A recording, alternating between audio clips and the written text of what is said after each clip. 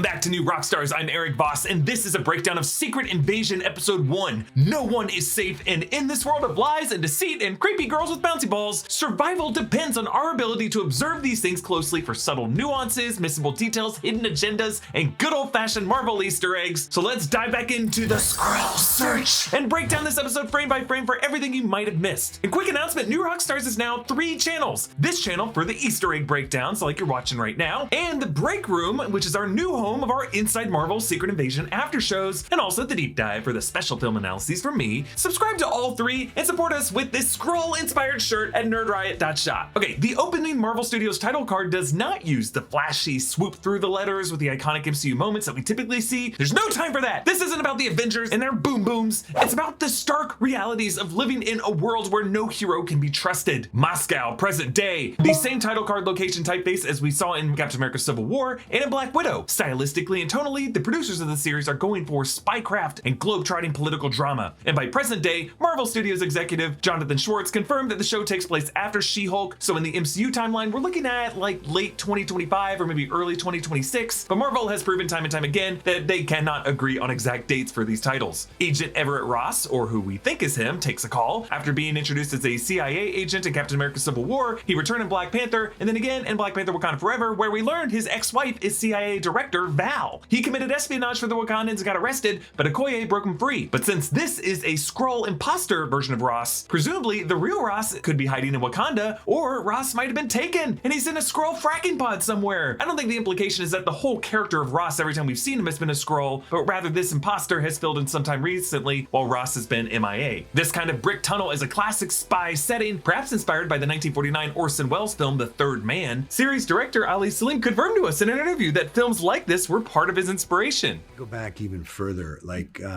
The Third Man, the classics, right? Sure.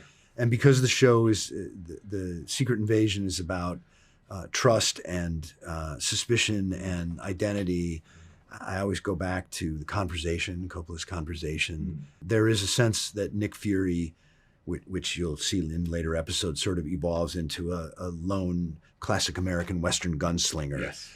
Which is, again, a little different than we've ever seen him before. And so we started to look at classic American Westerns like The Searchers and even Unforgiven. Ross tosses his phone, he doesn't want to be tracked, and he pulls a firearm from his ankle, the gun he'll use to plug poor Prescott. We hear Prescott's voice here. Imagine a world where information can't be trusted.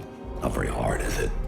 This is actor Richard Dormer, aka Barrick Dondarrion, the Lightning Lord from Game of Thrones, which is really perfect for this croaky true believer rant. This speech outlines the whole "who do you trust" theme that ran throughout Brian Michael Bendis' 2009 Marvel crossover event that this series is based on, but specifically Prescott is talking to who he thinks is Ross, and how lately a guy like Ross cannot trust even someone like his ex-wife, Val, the CIA director. I think Prescott is hinting that Val could be a Skrull, without realizing that the guy he's talking to actually is. But while we're playing this game of SKRULL SEARCH, I think the CIA director Julie Louis-Dreyfus is a very good option of someone who could be a Skrull. Prescott references the hazy distinction between real news outlets and fringe conspiracy websites, something that we saw explored in Spider-Man No Way Home with J. Jonah Jameson's Daily Bugle outlet, which by the end of that film was live streaming in Times Square. As Ross walks up to the building, you can see the windows on the second floor are papered over with newspaper to hide from surveillance and to pin on one's favorite conspiracy collage. Prescott's computer inside shows UKN 24 News. I don't believe that's a real news service, but it might be something like the BBC or news from the Kremlin, since this is Russia, and Russia doesn't normally allow residents to access Western internet. So Prescott would need to have his own uplink if that's the case. There's a classic Pepe Sylvia research wall, and because this is what I do best, I'm going to break down everything on this. We see news clippings about a Colombian ex-rebel politician surging with young voters. The headline above says that he's a nationalist, and this is already telling us something's up, because in Latin America and in most places in the world, young voters don't typically support far-right nationalists, but in Latin America, left-wingers and socialists are typically more popular with the youngins. So this tells us that both sides of this political shift are really being orchestrated by Skrulls, and there's a lot more than a handful of Skrulls on Earth. Then a redacted document beneath showing that same bearded man who was just on the computer screen, and he can make out the word Treadstone, which is the name of a Black Ops project in the Bourne Identity films. Yellow post-it notes reading Bogota Terror, connected to heist, who is a target, and beside that to the left, Argentine group claims to be responsible. Prescott later explains that it was an Argentinian terrorist group who attacked Bogota, resulting in a political shift in that country, followed by an attack in the Philippines, and then a mass shooting in Munich, and we see on the board an explosion in London. So rather than independent groups, he says that they are all connected, one group of Skrulls seeking to destabilize the political regimes on Earth. Chaos And that's only the beginning. In a word, Chaos. There's also a headline about an embassy attack and, quote, theft of confidential items. This plus that heist mention might mean the Skrulls are taking tissue and other materials in their plot to create super Skrull warriors, which in the comics are Skrulls that can also mimic the powers in addition to the appearance of the enhanced individuals that they morphed into. And in the trailer, we saw a container with Cull Obsidian on the label. This could have been one of those stolen items. Prescott also has a Russian translation book on the table showing that he has followed this city by city and has to learn the new language everywhere he goes. And I think before he dies, this proves he's not a Skrull. If he took their minds and memories, he would know how to speak their languages already. Ross says, the atmosphere has been tense. yeah, because he's a Skrull and adapting to a new global atmosphere. We're on to you. Prescott says, Started 30 years ago when the Skrulls found Earth. Carol Danvers and Nick Fury promised to find them a new planet. yeah, he's recapping the events of the 2019 Captain Marvel film, which ended with Carol Danvers leaving Earth with Skrull refugees in the year 1995. Since then, we know Fury has been working with Skrulls on Earth, with Talos and his wife Soren filling in for Fury and Maria Hill in Spider-Man Far From Home. Prescott asks, Then where is Fury? He's on Saber. Saber is a space station that we see in the trailer for the Marvels, and it might be the same space station that Fury was on with several Skrulls in the post-credit scene for Far From Home. Saber is based on the Peak. That's the space station of Sword in the comics. Sword in the MCU has been seen in WandaVision, and under the leadership of Tyler Hayward was focused more on terrestrial anomalies, but with Monica Rambeau involved now, it might have shifted back to his astronaut projects, which seems to be the case in the Marvels trailer. Prescott hands Ross a holodeck. Immediately, we see a Skrull face beam up, and notice that Martin Freeman looks outward over the display, since this Skrull already knows what he's about to see. Prescott sees through Ross's bullshit, and he tackles and chokes him, but Ross shoots him through the chest. And he calls Maria Hill for an extraction, and for Ross to show up in her car's computer display as the actual Agent Ross tells us that she either knew that he would be there, and the Skrulls had infiltrated this unit without her knowing, and that poor Maria Hill was doomed by the end of this episode, or just that Skrulls can bypass whatever voice ID and unique phone that Ross would have set up with Hill ahead of time. Ross flees his tail through this blue-lit rave, with the dancers doing that same fist pump that, Zemo did when he became that meme in the Falcon and the Winter Soldier. Then on the rooftop is some splashy purple lighting, mixing it with the green tones of the night sky to give off the green and purple color palette that we see in the main titles. Skrull skin is of course green, and their bruises and blood show up as the color purple. This in roster doesn't make the jump, and we learn that his pursuer was Talos in disguise. Ross dies a Skrull, bleeding out on the street, just as Maria Hill's shadow nearly touches him, foreshadowing her own death this way at the end of the episode. Tommy actually asked the director if Ross was meant to be seen as a Skrull the entire time we've known him or not. I think all will be revealed. Okay. Yeah. All will be revealed is how my uncle signs off all of his emails, which is really? a little ominous. Yeah, yeah. I'm like, what does this mean? What are you going to reveal to us? I might steal it. So presumably the series will answer that question. I think if you pay to get Martin Freeman in your series, he doesn't just show up in one episode. Like Julie Louis-Dreyfus and Don Cheadle both showed up twice in 2 different episodes, each on Falcon Winter Soldier. Vincent D'Onofrio originally shot scenes for 2 episodes in Hawkeye, though they cut the earlier one with young Echo in the Karate Dojo. So I will think we'll see some form of Everett Ross again. Now, it was confirmed that the opening titles were generated by AI, a company called Method Studios, according to the director. I would have preferred if a human artist or animator were paid to do this work, especially since Marvel held this all the way to June. You could say Marvel might have done this on purpose to start us off with false, non-human imagery. I don't know. I think they just wanted to save a buck. This show ain't about technology, it's about xenophobia. But hey, I'm just gonna point out a few of these details that they fed this AI script to synthesize and to welcome our new computer overlords. We see the destruction of the Skrull homeworld of Skrullos. A serene field explodes in volcanic eruption, followed by the doomed planet as spaceships depart on the right. This is what made the Skrull people so diasporatic. Then a single figure, maybe the first Skrull on Earth with the Skrull craft floating overhead, reminds us visually of Peter Quill when he got abducted by the Ravagers in 1988. The city of New York as Skrull ships float overhead out of sight with the green waves spreading through the buildings. Then Nick Fury, still wearing his eye patch here, standing inside of a Skrull ship, it looks like. Then people walking in front of the Kremlin, I think. It does look like the architecture of Moscow's Red Square as their faces turn to Skrull green. Then members of law enforcement shifting into Skrulls. Then a fire raging through Moscow, foreshadowing the bomb at the end of this episode. Then the clock of Elizabeth Tower, aka Big Ben, glowing green as the hand spins rapidly. Then we get our first look at the Skrull Council, humans in positions of authority, as a Skrull in a suit shifts back into a human form. Presumably many world leaders are actually Skrulls. Then, interesting shot, we see the green cloud hovering over the White House, but unlike the other famous governmental landmarks, which become the color green, the White House remains white, still unaffected by the Skrull influence. I think President Ritson might be one world leader who is still, as of now, uncorrupted, but that also makes him more vulnerable in a way. And then a chessboard, foretelling Nick and Maria's chess game later on this episode, and here, a bishop shifts into a queen and then into a king. The idea being that faith leaders, queens and kings, all cannot be trusted right now. Fury thinks he's playing Cold War era chess, but really he's playing chess where all of his opponent's pawns have somehow made it to the other side of the board and have now leveled up into pieces that can move however the hell they want. And we're gonna see how Gravik jumps the rank from a bishop, like a lieutenant, all the way to the top as a king. But don't forget, the queen, who we could see as Gaia, is technically the most powerful piece on a chessboard. Thank you to BetterHelp for sponsoring this video. Movies and TVs can be great escapism, but when it's time to face things head on, BetterHelp is here to help. BetterHelp is the world's largest therapy service, and it's 100% online. With BetterHelp, you can tap into a network of over 30,000 licensed and experienced therapists who can help you with a wide range of issues. To get started, just answer a few questions about what you're looking for from therapy and what your preferences are. BetterHelp will then match you with a therapist from their network that's right for you. After that, talk to your therapist however you feel comfortable, whether it's via text, chat, phone, or video call. You can message your therapist at any time and schedule live sessions when it's convenient for you. If your therapist isn't the right fit for any reason, you can switch to a new therapist at no additional charge. BetterHelp gives you the same level of professionalism and quality you expect from in-office therapy, but with a therapist who is custom picked for you, with scheduling flexibility and at a more affordable price. Get 10% off your first month at betterhelp.com/newrockstars. That's BETTERHELP.com/newrockstars for 10% off your first month of therapy.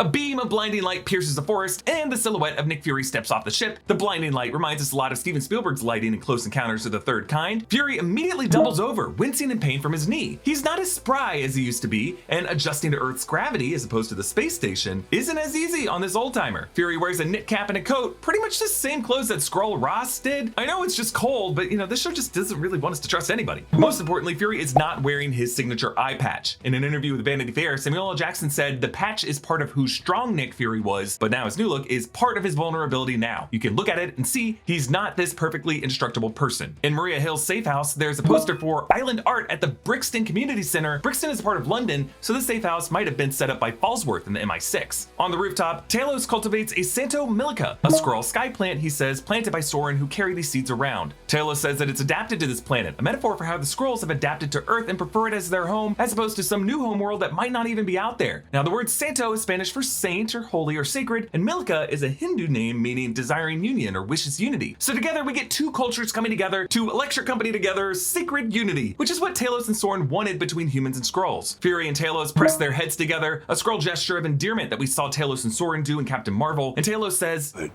after the blip, you were different." We only briefly saw Fury post-blip at Tony Stark's funeral in Avengers Endgame, perhaps being so freaked out by Thanos' attack has turned Fury's attention to cosmic threats, and that's why he's on Saber. We learned Talos was kicked off the Skrull Council, and Gravik now leads it, and he set up his base in one of Russia's abandoned nuclear plants, many of which are off the books. We learned that Skrulls can withstand radiation, probably because their shapeshifting occurs on molecular level, as we learn in Captain Marvel, which would allow their cells to resist neutrons firing through them. We learned that Skrulls are using an American taken from an AAR group, Americans Against Russia, to detonate a bomb for materials taken from Kazakhstan to start a war between Russia and the United States, a plot that we saw in Tom Clancy's espionage thriller, The Sum of All Fears. James Rhodes returns, last seen in The Falcon and the Winter Soldier, now briefing US President Ritson, played by Dermot Mulroney, a perfect pick for a show about face blindness, considering the running bit of everyone confusing him with Dylan McDermott. This is a picture of my face. Who am I? Dylan McDermott or Dermot Mulroney? In Captain America Brave New World, Harrison Ford has been announced to play US President Thaddeus Ross, so something's gonna go down with President Ritson. On their West Wing style walk and talk, they pass portraits of US Presidents Harry Truman, Ulysses S. Grant, George Washington, I think that's Dwight Eisenhower by the flowers, James Buchanan, Jimmy Carter, Richard Nixon, and Ronald Reagan. They aren't in any particular order, and we do skip Gerald Ford in the actual order of succession there, but the idea is, how far back would an alien infiltration have gone? How many of these guys were actually human? The Secret Invasion comics don't shy away from politics. Both Barack Obama and John McCain were depicted as Skrulls on TV screens. And it's interesting we don't see any presidents past Reagan, because as with the West Wing, the modern era of the MCU takes place in a separate historical timeline with different presidents. Like through 2016 in the MCU continuity, the president was Matthew Ellis, who was last seen in Iron Man 3. Fury's nighttime stroll takes him past a food truck with the Cyrillic letters for shawarma, fitting that this founder of the Avengers would grab a bite of their favorite food. Fury passes a kiss and couple, and the woman looks at him. This is one of the people that Gravik turns into later. So all these people who look at Fury on this walk, therefore, are Skrulls watching his every move. This idea of kissing to stay hidden in plain sight was actually a move by Steve Rogers and Natasha Romanoff in Winter Soldier. Kiss me. What? Public displays of affection make people very uncomfortable. Yes, they do.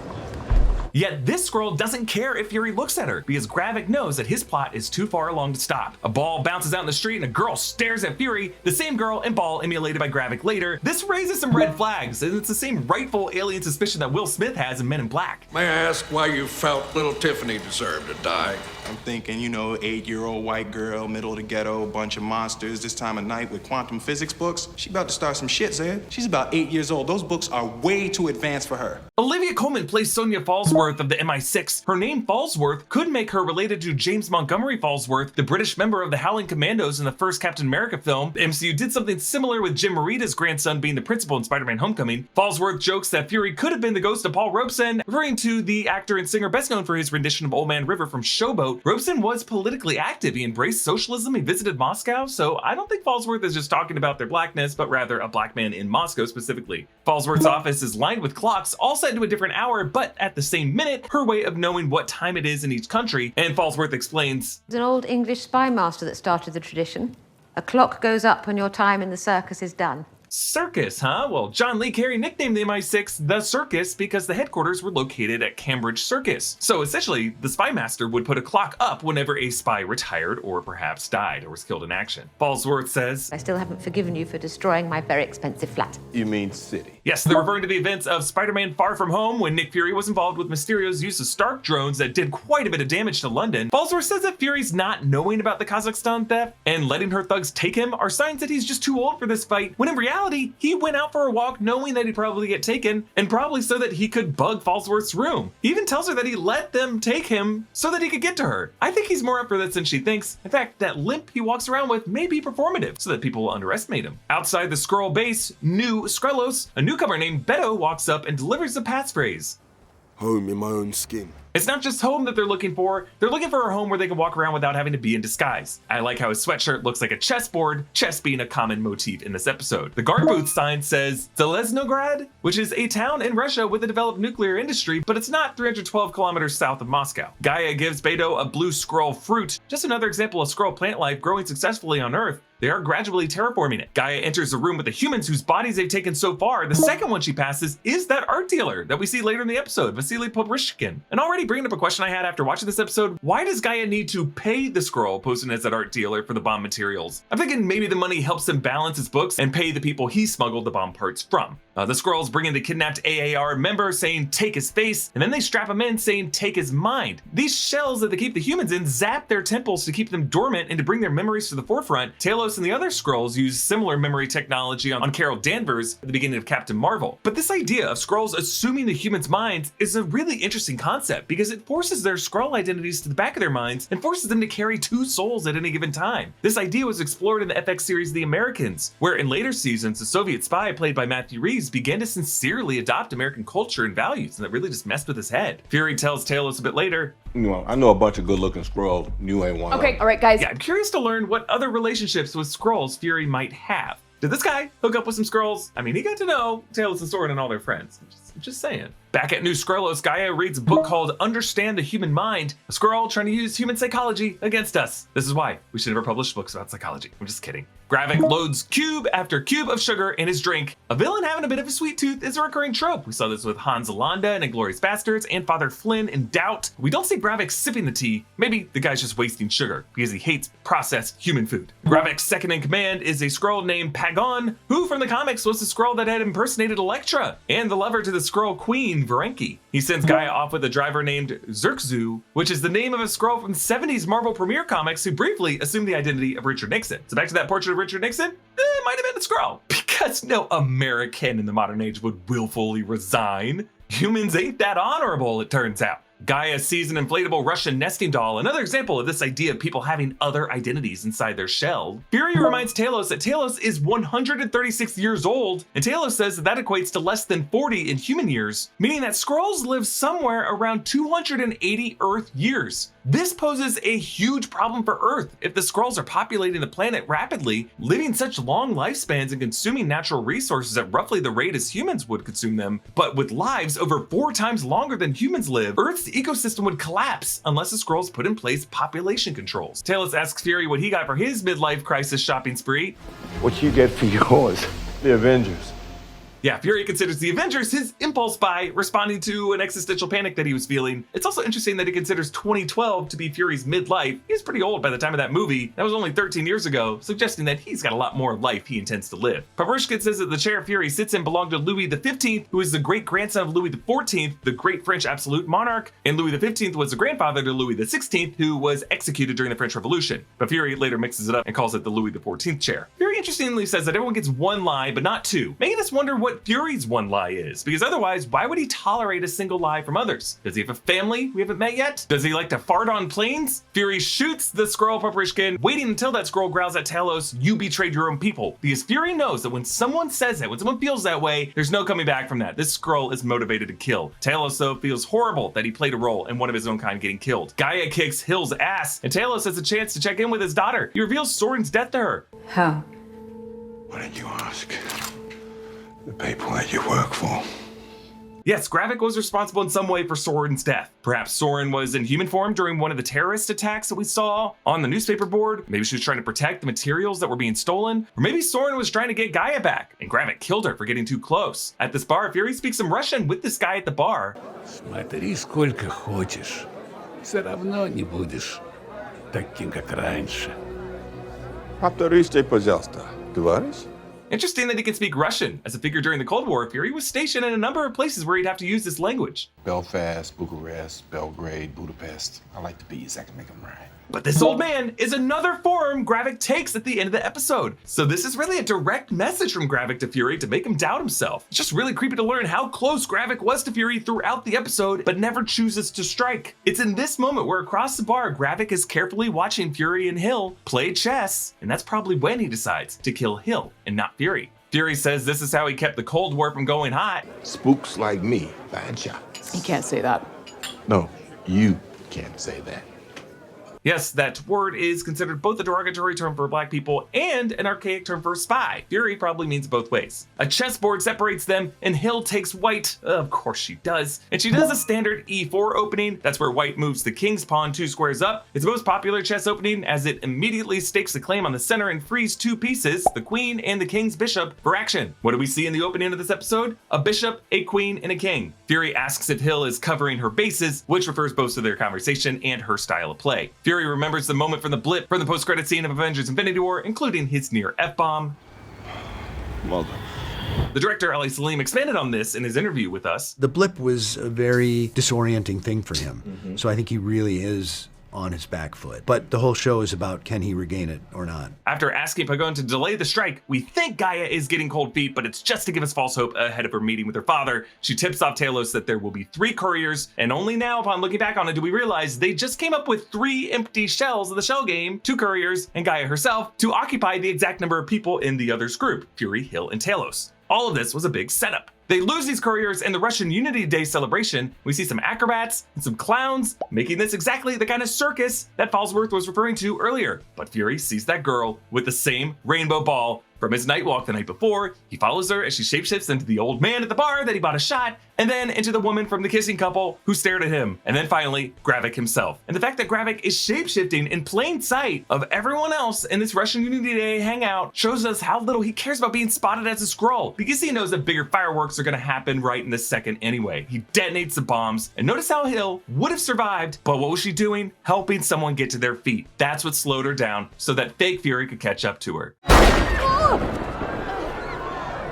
Hill's final words to Nick Fury are, while it wasn't Fury directly who pulled the trigger, blood remains on his hands, and it hurts him so much to think that in her dying moments, she thinks that she was betrayed. But also we could read this as Maria Hill warning her old mentor that there is a second Nick Fury in the field. He took his eye off the ball, and he refused to make a chess move. He allowed himself to fall 3 steps behind and get played. So, God, R.I.P. Maria Hill. Kobe Smulders, you've been great to us these past 11 years of the MCU. We'll really miss you. And I think part of the reason this episode established that Soren was dead was to remove any doubt. Hill's known Skrull impersonator is gone too, so there's really no chance that this isn't her here. If this series can kill off Maria Hill, someone who's been with us since 2012, it can permanently change the status of any MCU figure. And little detail in this final shot of Maria Hill bleeding out, beside her is a dropped Russian flag, colors white, blue, and red, just like the colors of Maria Hill. A white top, a blue coat and jeans, and red blood staining it all. What an episode! Please subscribe to the 3 channels of this network: New Rockstars, The Deep Dive, and The Break Room. Support us by grabbing some merch at nerdriot.shop. Follow me on Instagram and Twitter at Erik Voss. Follow New Rockstars and subscribe to New Rockstars for more analysis of everything you love.